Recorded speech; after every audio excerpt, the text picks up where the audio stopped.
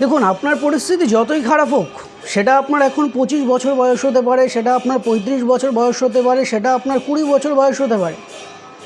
আপনার পরিস্থিতি যেটাই থাকুক না কেন, আপনার জীবনে ওঠার পথ একটা অতি অবশ্যই আপনি পাবেন। সুযোগ একবার কেন একাধিকবার আপনার কাছে এসে ধরা দেবে। জ্যোতিষশাস্ত্রে এমন একটা যোগ আছে দর্শক বন্ধু, জানবেন এই যোগ থাকলে একটু লেট করে হলেও আপনার জীবনে সাকসেস, আপনার ভাগ্যের পরিবর্তন 100% গ্যারান্টি দিয়ে যাচ্ছে। আপনি খাতায় লিখে রাখুন, সেটা হবেই হবে।